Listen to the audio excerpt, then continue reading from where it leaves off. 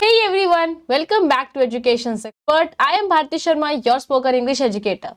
Today, I welcome you all in my next part of tenses series, which is based on future perfect continuous tense. As I have promised you that we are going to meet in my next video, so here I am.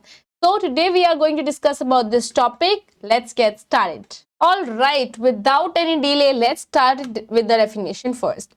Future perfect continuous tense is tense which is used to indicate the actions or conditions that will continue to happen up some point in time in the future. So basically, if an action is going to happen, if an action or condition is going to happen, that will continue to happen up some particular point or some specific time, point you can say, time in the future. I hope now this is clear for you. And what is the auxiliary verb that we are going to use in this particular type of tenses? So as again I'm talking about future. So as I have promised you from the starting of future series that we are going to use what? Will plus shall. That is constant, right? Next up we have is perfect. Perfect means, come on, V3. Very good. Plus have. So will, shall plus have. Now V3 would be been. V3 would be been. Will, shall have been. Now continuous.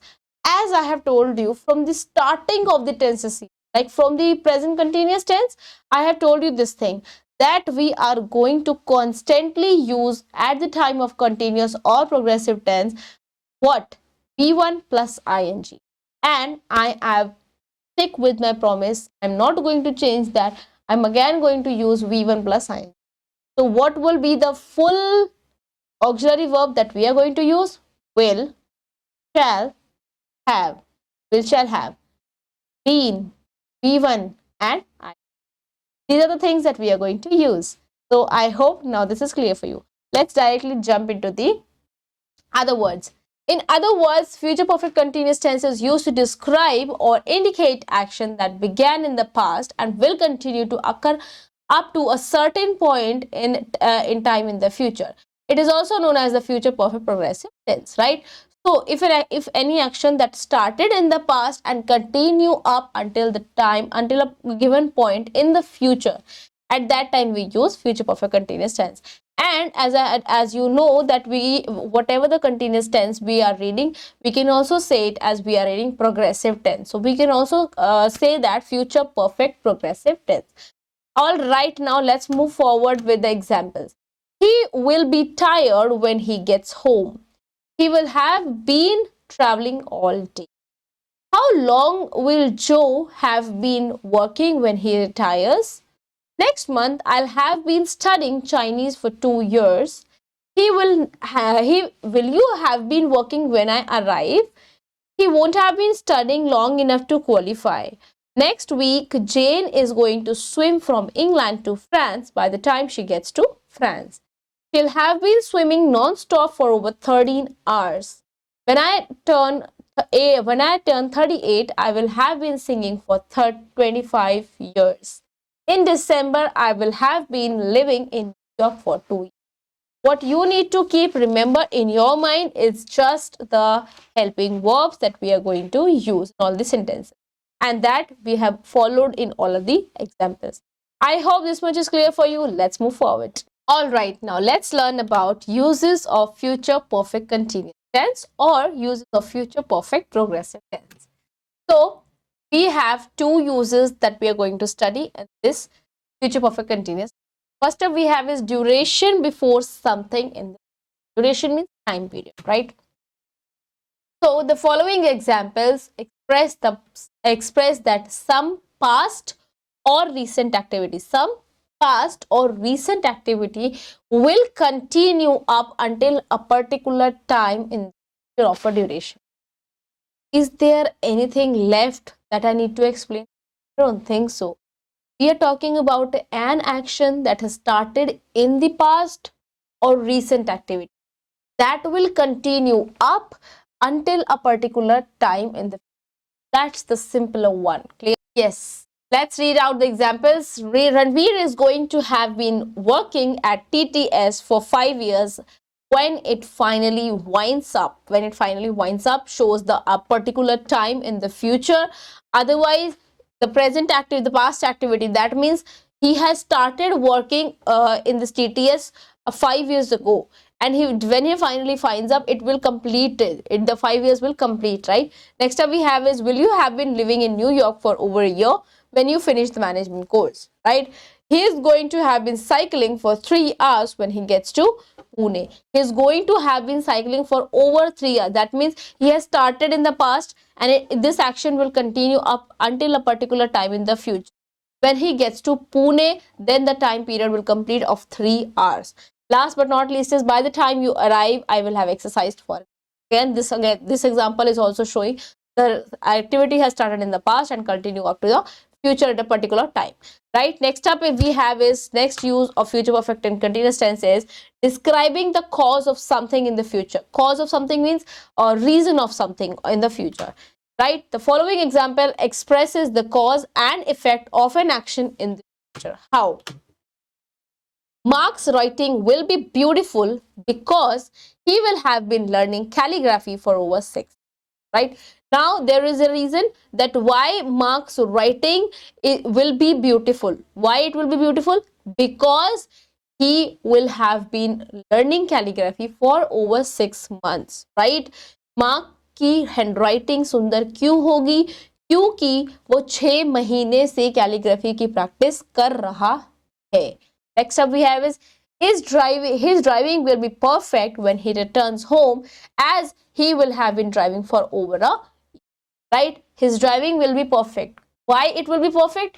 Because when he returns home, he will have been driving for over an year. It's been 1 year that he is trying to drive. Of course he will have to become a perfect, right? If you practice anything in this world for more than 1 year or 2 year or 3 year, you will one day definitely get perfect in that, right? Next up we have is, when I meet you, I will have been dancing, so I will be tired, right? Why will I be tired? Because I will have been dancing when I meet you, right? So this describes the cause of something in the future. So basically these are the two uses that we understood, that we learn at the time of future perfect continuous tense. First up we have is duration before something in the future. Next up we have is describing the cause of something in the. I hope this much is clear for you. Let's move on. All right, now let's learn some important pointers. So we do not use non-action verbs like to be, to seem, or to know while writing the future perfect continuous tense, right? That means we do not use non-action verbs, right? Non-action verbs, which one? To be, to seem, or to know. We do not use it with future perfect continuous tense. Next up we have is, sometimes you can use shall instead of will, right? That I have already told you for I and we, right? Next up we have is examples. So I shall have been reading this book when we reach Zurich, right? Next up we have is, we shall have been working in the NGO when it finally shifts to another city. So basically we use shall with I and we. Apart from that, we can use will as well with I and we, but it looks more perfect, more formal, and more, you can say, grammatically correct when you use shall with I and we. Future perfect continuous tense lays emphasis on a duration of time before something in the future, whereas future continuous tense lays on emphasis on the interrupted actions or events, right? So basically in this point we are trying to show you the difference between future perfect continuous and future continuous tense. What is the difference? First up, future perfect continuous that emphasize on duration of time before something in the future, and future continuous whereas emphasize on the interrupted action or event, right? Next up we have is, you cannot use the future perfect continuous tense in time clauses. That is, clauses that began with the time expression. If any clause that begins with the time expression like while, when, after, before, by the time, as long as soon as, if, unless, etc. If any of the time expression, if any of the clause is beginning or starting with the time expression of these things, these words, in this case use present perfect continuous tense, not future perfect continuous tense. I hope this much is clear. Let's move forward and understand some more important pointers. Some more important pointers. In the future perfect continuous tense, do not use continuous verbs. Also, do not use mixed verbs as well. With non-continuous and mixed verbs, future perfect tense can be used, but not future perfect continuous. Clear? Next up we have is the use of adverbs such as always, only, never, ever, still, just, etc. can also be used or done. Examples: she will only have been waiting for a few minutes when her car arrives. So over in this sentence, we have used adverbs, which is only. She will only have been waiting for a few minutes when her car driver arrives. James will only have been taking care of the dog for a couple of hours when Jill arrives. I hope all the important pointers are clear for you. Let's move forward and understand contraction forms. Alright, now let's understand contractions with future perfect continuous tense. In speaking, again and again I'm saying this to you, and this is the last time that I'm saying it to you, because I've been trying to tell you this thing from the basic to the advanced, and it's the end of the tenses part. So let me tell you for the very last time, we use contraction forms only at the time of speaking, or if you are writing in any informal manner. But if you're writing anything in formal manner, at that time you don't use. Clear? Next up we have is in speaking with the future perfect continuous tense, we often contract subject and the first auxiliary. So it will be shall, subject plus will. Then it becomes what? Let's understand it. With the table, I will becomes I'll. You will becomes you'll. He will becomes he'll. She will becomes she'll. It will becomes it'll. We will becomes will. They will becomes they will. Right? And if it is I shall also, then also it will become I'll only. And if it is we shall, and that time also it becomes will will. Right? It's up to you that what are you using with I and we. If you're using will also, or then also pronunciation will be same. And if you're using shall also, at that time your pronunciation will be clear. Let's see some examples of it in the sentences form. I'll have been driving for 5 hours. I'll I'll have been, right? I'll have been driving for 5 hours. She'll have been watching television. Now let's talk about negative sentences. In negative sentences, we may contract with won't. That means will not becomes what? Won't. Will not becomes how? Let's see. You won't have been drinking, will you? That means you will not have been drinking, will you? Right? So we have contracted will plus not, and that's why it becomes won't. You won't have been drinking, will you? We won't have been driving for long. We won't have been driving for long. I hope now contraction forms and its pronunciation is clear for you. Now let's move forward and understand sentences structures. Alright, now it's time for you to learn about sentence structure for affirmative or positive sentence. Now, as we are on the last part of tenses series, you know that very well. So, what am I going to do is, I'm going to tell you the sentence structure, or how do we structure the sentences for affirmative tenses, right? I'm going to tell you that. Fine. I'm going to give you examples as well. Okay, that will be fine. But I will not tell you the sentence structure for negative. I will tell you for sure, but after some times I will give you 5 or more seconds to create your own sentence structure. Then check your sentence structure with mine, so that you can relate with mine structure. That is it clear? Is it okay? Is it correct or clear? So this is the sentence structure for affirmative, as I have told you this thing already, that subject, will, shall, have, been, V1, ing, and object and other words.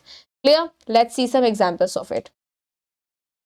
She will have been sleeping. She will have been sleep plus ing. Sleeping for 1 hour when he gets home. Right? Next up, I will have been working for 7 hours by the time the boss comes. Clear? Next up we have is, at 4 o'clock he will have been waiting you for 1 hour. She will have been sleeping at home for 2 hours when he arrives. They will have been teaching. They will have been teaching German for 5 years by the end of this. Next up we have is he will have been playing the guitar for 10 years when he turned. I will have been owning my Mazda since 2007. Mazda is a brand name basically. It's a car name if you, and we are using one thing if you have noticed. What is it? Come tell me. You have understood present perfect continuous. You have also understood past perfect continuous. Now you should have noticed what am I using over here in this. Come on, tell me. Very good. If you are saying this to me that you are using since and for, then you are absolutely correct, my students. Right? And you know where to use for and since. And if you don't know, again go to that videos of related to present perfect continuous and past perfect continuous tense, so that you can get to know where to use for and since. I'm not going to repeat that again. All right. Next up we have is recently I've been misplacing my wallet and key. Mia have been competing in fluid competitions recently. I have been reading War and Peace for a month now. I have been feeling well lately.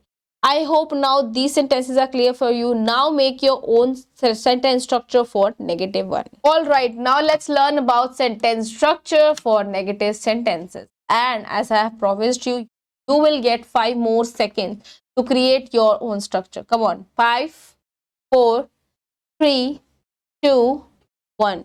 I'm hoping that you have created your own sentence structure. Come on. All right, so this is your sentence structure.